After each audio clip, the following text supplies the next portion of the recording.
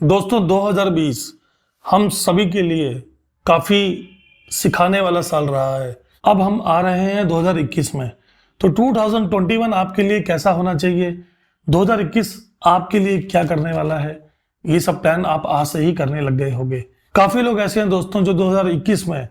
अपनी बहुत सारी चीज़ों को, अपनी बहुत सारी प्लान्स को, गोल्स को अचीव करने की कोशिश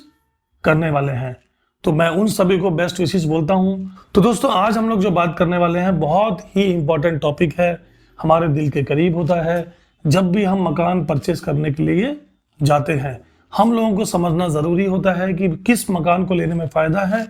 ताकि हम लोग जो सबसे खूबसूरत चीज़ है हमारी ज़िंदगी की, सबसे इंपॉर्टेंट चीज़ है हमारी ज़िंदगी की, उसको लेते समय कोई भी गलती ना करें या फिर गलती से बचे कैसे। तो आज जो हम बात कर रहे हैं कि आपको अंडर कंस्ट्रक्शन प्रॉपर्टी में फायदा है या फिर रेडी टू मूव प्रॉपर्टी में फायदा है। तो नमस्कार दोस्तों, मैं Dhirendra Sharma, certified financial planner, आपका दोस्त, आपका होस्ट, स्वागत करता हूं आपका एक ऐसी जर्नी में जो हम सभी को एक नॉर्मल कंज्यूमर से समझदार कंज्यूमर बनाती है।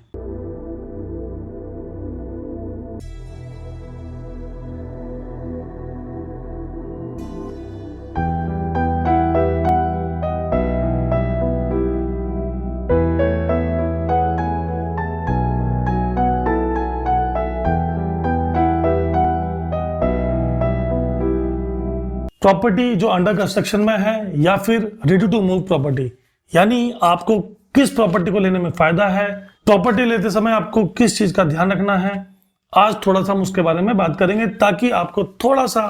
हेल्प हो जाए जब आप प्रॉपर्टी परचेस करने के लिए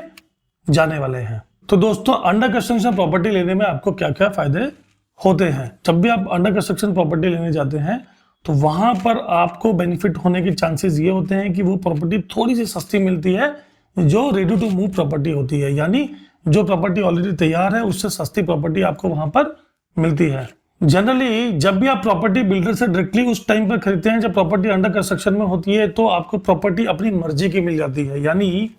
choice of flat, number, location, premises की जो डायरेक्शन है, वो सारी चीजें आपको मिल जाती है, क्योंकि उस वक्त भी प्रॉपर्टी बिल्कुल नहीं बनी होती है और उस वक्त प्रॉपर्टी बनने के लिए तैयार हो रही होती है। तो काफी चीजें होती है बिल्डर के पास उस वक्त आपको चूज करना जिसमें आसान हो जाता है। सबसे इंपॉर्टेंट फैक्टर दोस्तों यहाँ पर यह भी होता है, जब भी आप ये प्रॉपर्टी परचेज करने जाते हैं तो आपको वहां पर फ्रॉड होने की संभावनाएं थोड़ी कम हो जाती हैं, क्योंकि बिल्डर जो आपको प्रॉपर्टी बेच रहा होता है वो डायरेक्टली आपको बेच रहा होता है, यानी आप फर्स्ट ओनर होते हैं उस प्रॉपर्टी के अंदर। आपको उसमें लोन मिलना भी आसान होता है और आप उसको इजीली समझ सकते हैं कि ये प्रॉपर्टी मैंने परचेज करी है, तो डॉक्यूमेंटेशन भी कम हो जाता है आपका। यानी आपका डॉक्यूमेंटेशन प्रोसेस जो जनरली आप अगर किसी और आदमी से परचेज करते हैं या फिर किसी और ओनर से परचेज करते हैं तो डॉक्यूमेंटेशन की रिक्वायरमेंट थोड़ी सी ज्यादा होती है, लेकिन अंडर कंस्ट्रक्शन प्रॉपर्टी में ऐसी समस्याएं आती नहीं है, क्योंकि आप डायरेक्टली बिल्डर से प्रॉपर्टी खरीद रहे हैं। तो अब ये आपको मैंने बताया अंडर कंस्ट्रक्शन प्रॉपर्टी में आपको क्या क्या बेनिफिट्स होते हैं। उसी तरीके से जब आप ready to move property purchase करने के लिए जाते हैं तो आपको बहुत सारे बेनिफिट्स मिलते हैं। सबसे इंपॉर्टेंट बेनिफिट उसके अंदर दोस्तों ये होता है कि आपको पता होता है कि आप क्या परचेज करने वाले हैं, यानी आपको दिखाई देता है कि मेरी बिल्डिंग की क्वालिटी क्या है, मेरी सोसाइटी के फीचर्स क्या है, सोसाइटी के अंदर कौन कौन सी एमिनिटीज मिल रही हैं, क्योंकि जो ब्रोशर में ऑलरेडी बिल्डर ने बताया हुआ है, जो सपने दिखाए हुए हैं, क्या वाकई में बिल्डर ने वो चीज़ दी है, तो आपको वो सब चीज़ वहाँ पर दिखाई देती है एक्चुअल रूप में। इसका मतलब ये है कि आपके लिए बहुत ज़्यादा आसान हो जाता है प्रॉपर्टी को परचेज करना, बिल्डर ने जब पूरी प्रॉपर्टी तैयार कर ली होती है। सबसे बड़ा प्लस पॉइंट ये भी होता है दोस्तों रेडी टू मूव में जाने में कि अगर मान लीजिए आप कहीं रह रहे हैं तो आपको तुरंत वहाँ पर चले जाते हैं,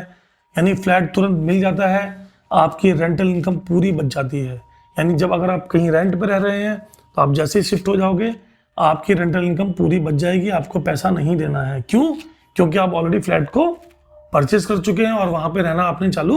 कर दिया है। तो इसमें एक सबसे इंपॉर्टेंट सुकून देने वाली चीज क्या होती है रेडी टू मूव में, कि वेटिंग पीरियड नहीं होता है। सबसे बड़ा सुकून है दोस्तों जब भी फ्लैट खरीदते हो, क्योंकि पिछले कितने सालों से पता नहीं कितने फ्रॉड्स हो रहे हैं, टाइम पे प्रॉपर्टी मिलती नहीं है, ये दिक्कत रहती है कि प्रॉपर्टी मिलेगी नहीं मिलेगी, मिलेगी तो कितने समय के बाद मिलेगी। इन सब चीज़ों को लेकर आपको टेंशन नहीं लेनी है। सिर्फ आपको प्रॉपर्टी लेने जाना है, प्रॉपर्टी परचेज करनी है और अपना सामान पूरा का पूरा प्रॉपर्टी में शिफ्ट कर देना है। जनरली अगर हम दोस्तों कंपैरिजन करते हैं कि रेडी टू मूव और अंडर कंस्ट्रक्शन प्रॉपर्टी में हम लोगों को कौन सी प्रॉपर्टी लेनी चाहिए, तो उसमें सिंपल सा फंडा दोस्तों ये होता है, आपको सिर्फ रेट का कंपैरिजन करना है कि उस वक्त मार्केट में उस पर्टिकुलर एरिया के अंदर या लोकेशन में कौन सी प्रॉपर्टी कितने रुपए में मिल रही है, यानी अंडर कंस्ट्रक्शन कितने में मिल रही है आपको और रेडी टू मूव कितने में मिल रही है। आप कंपैरिजन जब करोगे तो प्राइस डिफरेंस से आप कंपैरिजन ये कर सकते हो रेशियो के हिसाब से कि आपको कितने सालों के बाद जब बिल्डर प्रॉपर्टी देगा,